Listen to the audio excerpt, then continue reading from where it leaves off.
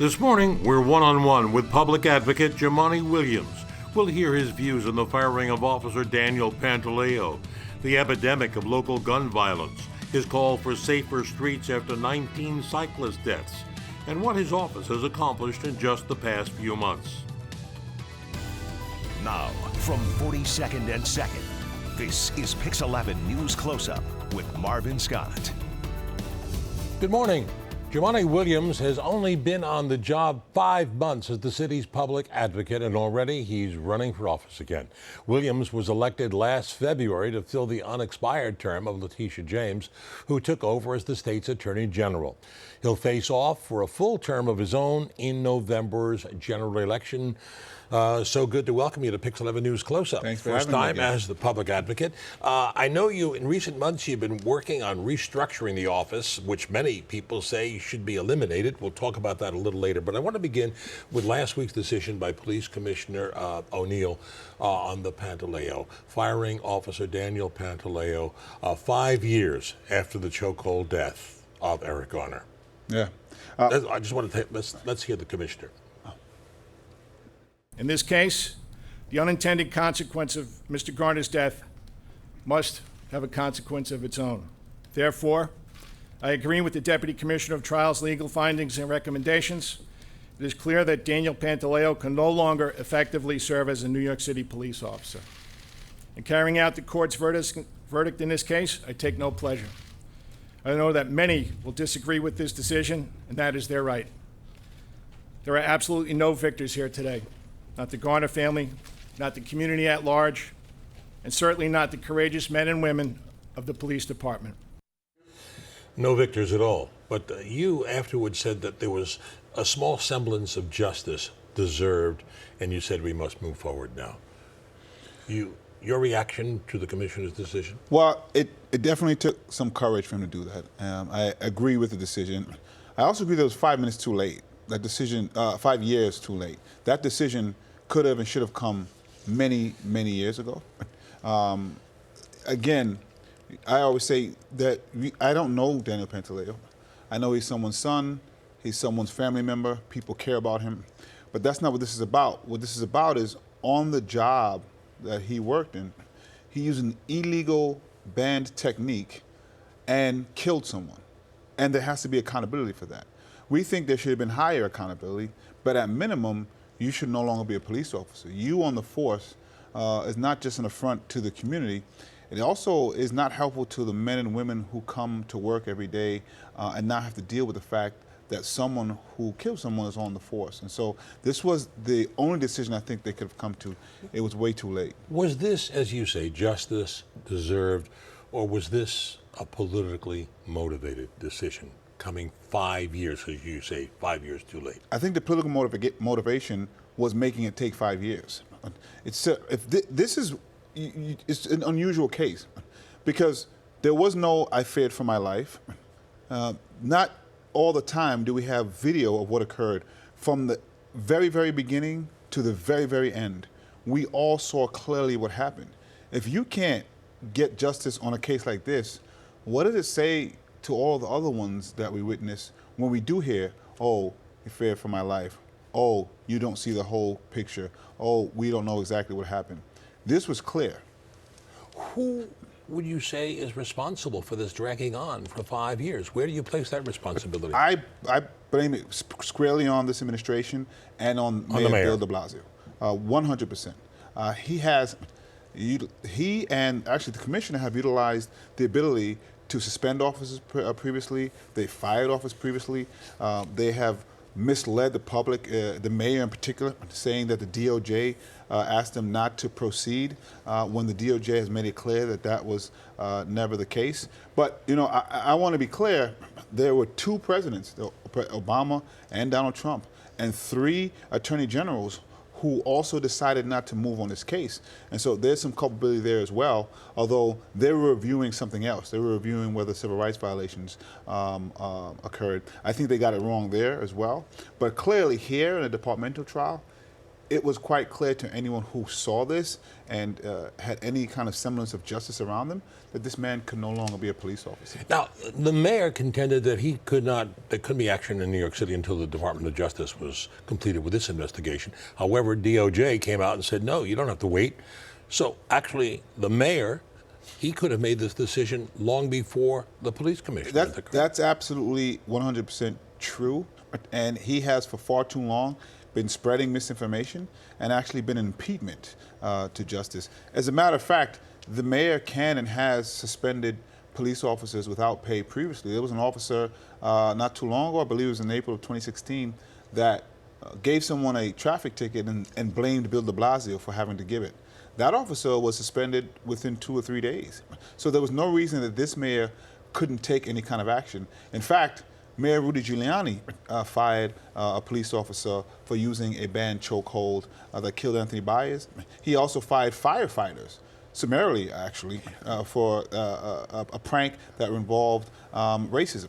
And if I have to say, at least be like Rudy Giuliani, we're in bad shape.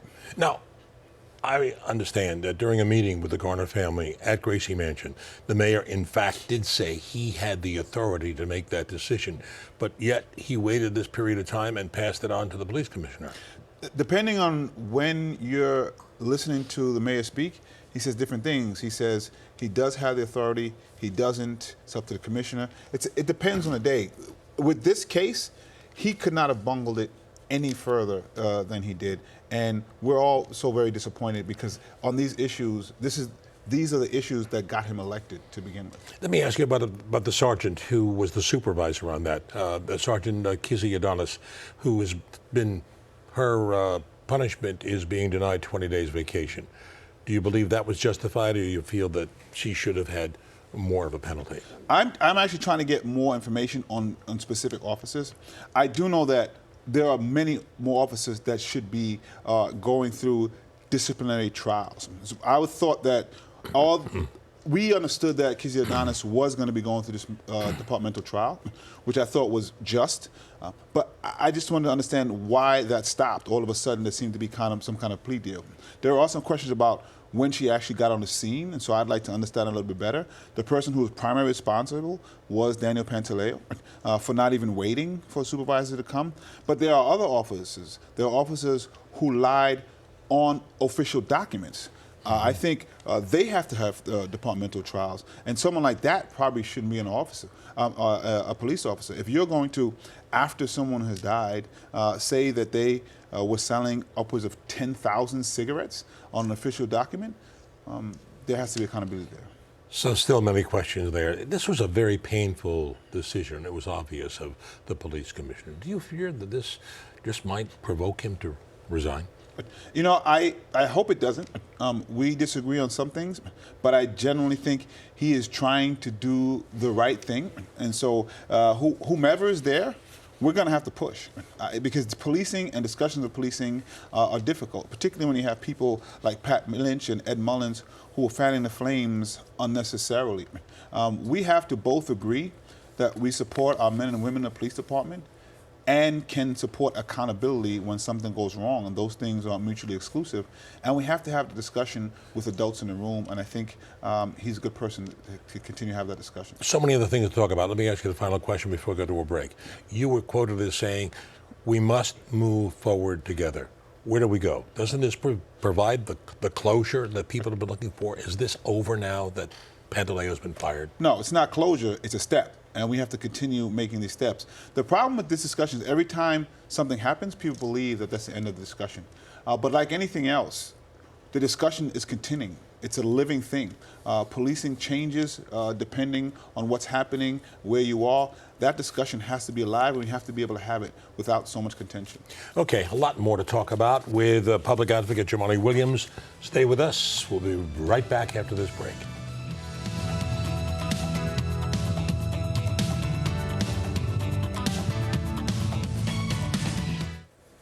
Back now with New York City Public Advocate Jumaane Williams. Back in 2012, you were a member of City Council, and you issued a report on how to combat gun violence, the epidemic back then. And 5 years later, you praised Mayor de Blasio for creating an office to combat gun violence. And here we are, with that as the background, we have a spike. Crime is down in New York, but there's an epidemic of gun violence here in this city, the highest number we've had in years. And just the other day, 5 homicides in a 24-hour period. How do you explain it? It's sad, and so I continue to offer prayers and peace and comfort to families who are losing people to gun violence. Yes, in 2012, myself and Councilmember Fernando Cabrera issued a report. We co-chaired the Task Force to Combat Gun Violence, and we put forth some ideas that we thought were going to work very well. It went from a $5 million pilot program to now upwards of $40 million, which is certainly not enough, and it has now an office. And so what we would say is, one, crime and shootings are historically down, even from those 5 years. And crime in generally kind of goes like this, ups and down, ebbs and flows. And so we want to be careful of knee-jerking any time that happens. At the same time, gun violence is an epidemic, it's a pandemic, it's a plague in this country. I think it's the most preventable plague that this world has ever seen, particularly right here in this country. And there are 2 parts to it. One is the supply, the flow of guns that are coming in here. The federal government has the best part to play in there, and they just won't do it, even though 40,000 Americans die every single year. The second is a demand, and that's what we attacked here in the city, and we've done a really good job. We have to continue doing that job and making sure that we understand that police are a part of public safety. They just can't be simply equated with it. And there's so many other things that we have to do to get to the root causes. And so we have to talk about personal responsibility. People who are shooting, they have to be dealt with. But we want to deal with the community as a whole. What's pushing people to, even if there's a gun available, pick it up and start shooting people? Now, most of these shootings have been occurring in Brooklyn. Just the other night. Now, some people are pointing a finger at Brooklyn DA Eric Gonzalez, saying he's being too soft on first gun violators, first-time offenders, and that he's just being too soft on them. Would you agree with that? I mean, there has been a spike primarily in Brooklyn North. Unfortunately, summer times, there have been weekends where these type of things have occurred, and many of us have been trying to sound alarm for a very long time. The problem with that, with what they're saying, is that the programs that the DA has been involved in, the people who have gone through them have not then shot people. And so just because the shootings have risen doesn't mean there's a causality. And so if there's a causality, we have to talk about it. But the programs that are there seem to be working. But this is all happening at a time where there seems to be a climate of hate all across this country. We saw what happened in El Paso and happened in Dayton. And we have a president who says it's not the guns in the hand, it's not the guns, it's the people, the guns in the hands of the people. We need more mental health facilities to take care of them. Where do you see we go to try and curb all of this? Well, the president's full of it on a bunch of issues, including this. But access to guns is probably the #1 issue that we have. This country has 4% of the world's population, but owns about half of all civilian-owned guns in the entire world. But most people who have mental health challenges are not violent. So yes, we have to deal with mental health, generally speaking. Yes, we have to deal with the underlying causes of gun violence. But all of those things, without the access to guns, would mean we have a lot less people being shot. And yes, it's a tool. It is a tool made only for killing and mayhem. I have a driver's license and I drive a car, which is the tool that's made just to drive, not to kill folks. But in order to do that, I have to have a license, I have to have insurance, I have to show people that I know how to drive it. None of that is needed for guns. Access of guns, particularly these assault weapons, and yet Congress is not acting on that. The president said he first indicated he would go for stronger background checks, and now seems to be retracting that.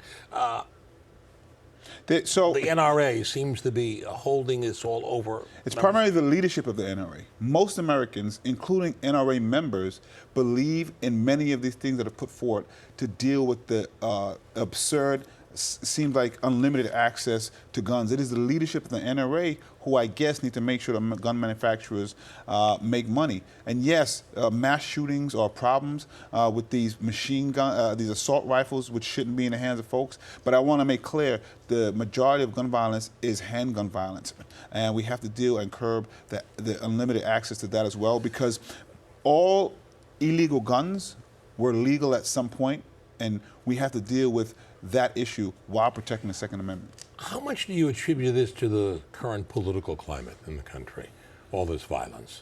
Violence is unfortunately synonymous with American history, and we seem to push it. So yes, the type of crimes that are occurring, particularly the hate crimes, has had a spike. But if you go backwards, I think last year we were close to 40,000 people who were killed in this country. That is definitely up. But the year before that, we averaged around 33,000 Americans every single year. That has been there. So this has definitely increased a spike in gun violence, but it's always been a problem.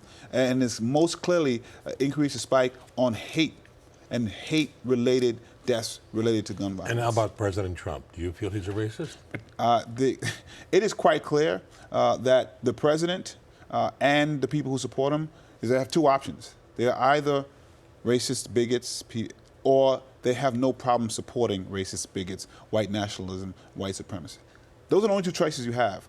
Both of them, in my opinion, are equally bad. There are people who are supporting him not in spite of the racist and bigot things that come out of his mouth, simply because of it. And I'm glad, and that has actually been a part of America from the inception, but I'm glad I'm part of the other America that has always pushed back on it. We take a break. Come back. I want to talk about the sad reality of 19 cyclists killed in New York City, what we're doing about that, and so many other issues with Public Advocate Jumaane Williams. We'll be right back.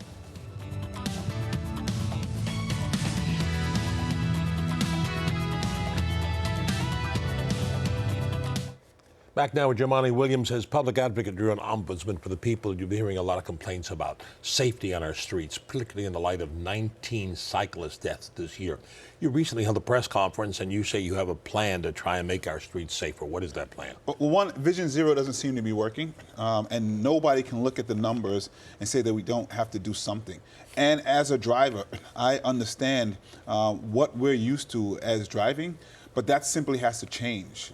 When the roads were set up, they were set up for cars, but now we can't encourage people to ride bicycles and then not set up the infrastructure for them to be safe. So what changes do you see have to be made? And so we looked at the mayor's plan, and we don't think there's enough investment to build the protected bike lanes that we need in the time we need. I think the Speaker, Corey Johnson, has a plan that's a little bit more robust, and so we're looking at that. But most importantly, we need everybody on board. And so yes, as drivers, we sometimes see cyclists going in and out, which are annoyances and frustrating, but you can't compare annoyance and frustration to deaths. And the deaths that have happened didn't happen because of bicyclists who were going in and out. They happened because people were speeding. They happened because people opened doors and not looking. They happened because people didn't yield. And what we have to do is not, I don't say get rid of the car culture, but we have to change it. We have to adopt to the type of transportation we have now in 2019. Let's talk about another sad reality here in New York. This year we have experienced, I believe it's now 9 police officers have committed suicide. We've heard about the stress of the job. We've heard about their reluctance to go for mental health counseling because of the stigma attached to it. The police department, NYPD, has launched a task force and an initiative to try and help officers who need help. What, from your position, can you do to provide more mental health assistance? You know, it's devastating, and we've seen a spike of suicides in the country, generally speaking. It's devastating to know that we have 9 police officers who have committed suicide. Many people don't know we average about 5 police suicides a year. This is an epidemic that we have to address. This is something, even as a counsel, I would try to talk about, to try to figure out how do we get the assistance needed. The number one thing that we heard from officers is that they're afraid to get the assistance because they might have their gun taken away, because they might be somehow looked at differently in the job. We have to begin to address mental health the same way we address regular health. You go in for a checkup to make sure your body's working. You should be able to do so with the mental aspect as well. We have to have a different discussion around that. And so my office is working with the fraternal police organizations to really find a way to address this, because we can't have our men and women in blue suffering in silence to the point where they're taking their lives. I was disturbed to hear that the latest officer's wife asked multiple times for assistance and just didn't get it. This is where all of us no matter where we are in our discussions of better police-community relationships, got to get together and do something about this. If you feel you got trouble, there are many ways of doing this anonymously and through the new police program where you can remain anonymous and get that help. It's so important. Talk about another thing. We've had a major blackout in the city this summer, and I know the governor has been pointing at Con Ed and says perhaps we should look at another supplier for our power. Do you think Con Ed should be removed and we should look for other sources? I absolutely think we should begin the discussions and looking into it. Even while we're trying to find out what happened, we should always have options. And so being beholden to someone is definitely a problem, because when it's time to say, okay, we're done, is not the time where we then start to look. And so we have to look now.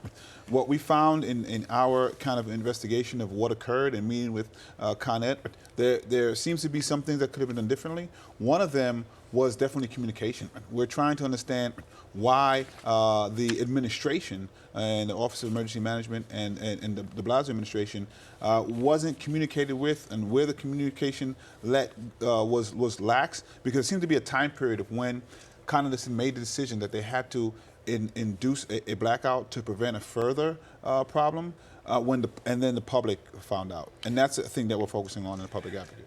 Do you feel New York is in better shape now than it was 6 years ago under Mayor Bloomberg?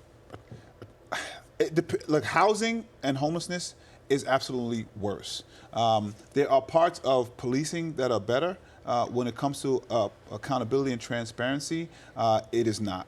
And it depends on what you're talking about. If you're talking about pre-K, we're much better. If we're talking about summer youth jobs, something I focused on, I think we are much better. If you're talking about police, community, how we're dealing with safety in general, I think we have begun changing the discussion of what public safety means.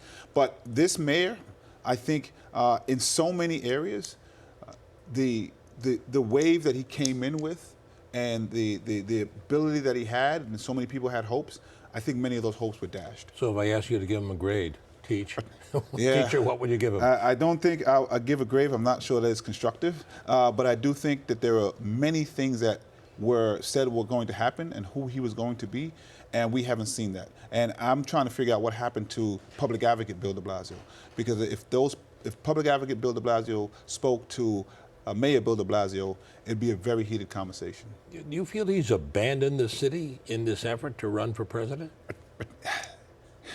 I do know that he tweeted about DeFara's Pizza, which is my favorite pizza, but there's a lot of other subjects that he hasn't interjected in, and the question is why.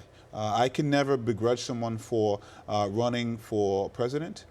There were so many issues that many of us were concerned about before you ran that were not being addressed. But should he step aside while he's running for president? And if he steps aside, you're the guy who would take over as mayor. You're number 2 in line of that office. I'm very much interested in being public advocate. I'm ready to step up if necessary, but that's not my focus. My wish is that he would focus on being mayor. I think that can be done even if you're running. But the problem is you should have been doing that beforehand. And there are a lot of areas where I think that wasn't happening. And my hope is if he doesn't make this next debate stage, is that it's probably time to pack it in, come back home. Does it trouble you this latest survey came out that New York is the least friendly city in the country? Does that say anything to you? I think New York and New York City definitely at times is an acquired taste. Maybe they took that survey during rush hour, but if they took that survey on a Sunday morning or on a Saturday afternoon, they might have got some different results. Okay, I want to talk to you more about, I know you've restructured the office that some of your critics say really should be eliminated. You've made so many positive steps. We have to have you back here and talk more about that. And I know you will be, because you have a couple of people who are also challenging you in the November general election. That's so absolutely correct. We'll have you back here, but I thank you for finally coming on and getting you on Pix 11 News Close-Up. Thank you. Thanks for having me. Good to have you. Okay, that'll do it for our program for this week. If you have any comments or wish to see these broadcasts again, log on to our website at pix11.com/newscloseup. I'm Marvin Scott. Thanks so much for joining us. Enjoy the rest of your Sunday, everyone.